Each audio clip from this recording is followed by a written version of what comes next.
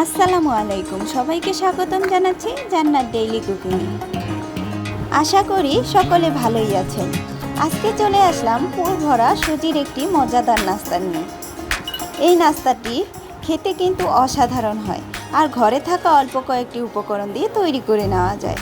নাস্তাটি তৈরি করে নেওয়ার জন্য প্রথমেই আমি 1 কাপ পরিমাণ সুজি একটি ব্লেন্ডারের জারে নিয়ে নিলাম। এগুলোকে এখন ভালোভাবে ব্লেন্ড করে নিব। সুজিগুলোকে ভালোভাবে ব্লেন্ড করা হয়ে গেলে একটি বাটিতে সুজিগুলোকে ঢেলে নিচ্ছি। সুজিগুলোকে ঢেলে নেওয়া হয়ে গেলে এর মধ্যে দিয়ে দিলাম পরিমাণ মতো লবণ, আর দিয়ে দিচ্ছি 2 টেবিল চামচের মতো সাদা তেল। এবার এগুলোকে ভালোভাবে মেখে নিচ্ছি। একটু ভালোভাবে ময়ানটা দিয়ে নিতে হবে। যখন হাতে মুঠি করলে দেখব যে মুঠি হয়ে যাচ্ছে, তখন বুঝতে হবে যে ময়ানটা দেওয়া পারফেক্ট হয়েছে। এবার অল্প অল্প করে পানি দিয়ে একটি সুন্দর ডো তৈরি করে নিতে হবে। পানিটা অল্প অল্প করেই দিতে হবে, একসাথে বেশি পানি দিয়ে দেওয়া যাবে না। এখানে আমি ডোটি তৈরি করে নেওয়ার জন্য নর্মাল পানিই ব্যবহার করছি। সুজির ডো তৈরি করতে এমনিতেই একটু পানি বেশি লাগে।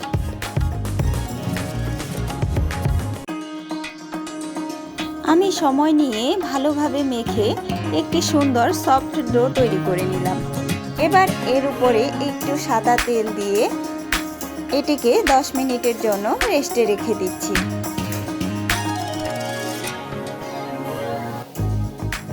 অন্যদিকে আমি পুর তৈরি করে নেওয়ার জন্য চুলায় একটি কড়াই বসিয়ে এর মধ্যে সরিষার তেল দিয়ে দিয়েছি।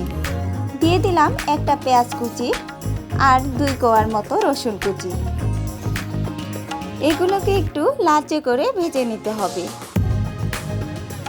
লালচে করে ভেজে নেওয়া হয়ে গেলে এর মধ্যে আমি আগে থেকে সিদ্ধ করে রাখা আলু দিয়ে দিব। আলুগুলোকে আমি আগে থেকেই ম্যাশ করে রেখেছিলাম।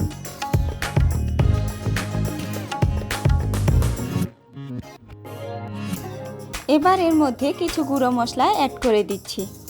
দিয়ে দিব 1/2 চা চামচ হলুদের গুঁড়ো, 1/2 চা চামচ মরিচের গুঁড়ো, 1/2 চা চামচ জিরের গুঁড়ো আর 1/2 চা চামচ ধনিয়ার গুঁড়ো। সব মশলাগুলো দিয়ে একটু ভালোভাবে আলুগুলোর সাথে মিশিয়ে নিচ্ছি।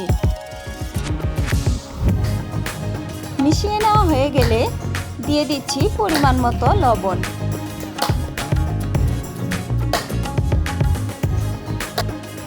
এবার এগুলোকে 5 মিনিটের মতো নেড়েচেড়ে ভেজে নিব, যাতে মশলাগুলোর কাঁচা গন্ধটা চলে যায়।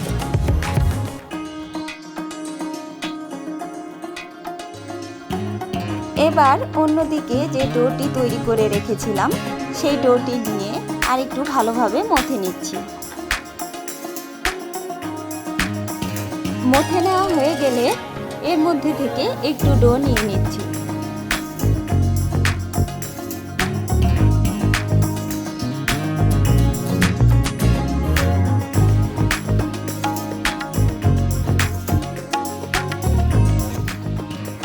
এবার আমি নাস্তাটি তৈরি করে নিচ্ছি।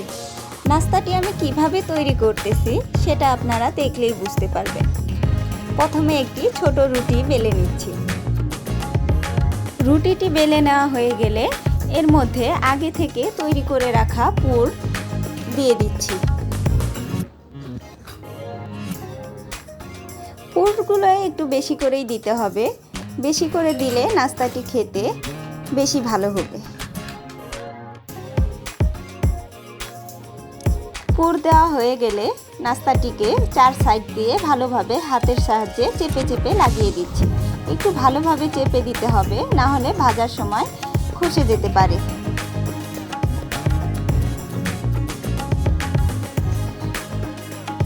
চেপে লাগিয়ে দেওয়া হয়ে গেলে এবার আমি একটি কাঁটা চামচ নিয়ে নিয়েছি। কাঁটা চামচের সাহায্যে ডিজাইনগুলো করে নিচ্ছি। কিভাবে ডিজাইনটা আমি করতেছি এটা আপনাদের দেখে বুঝে নিতে হবে।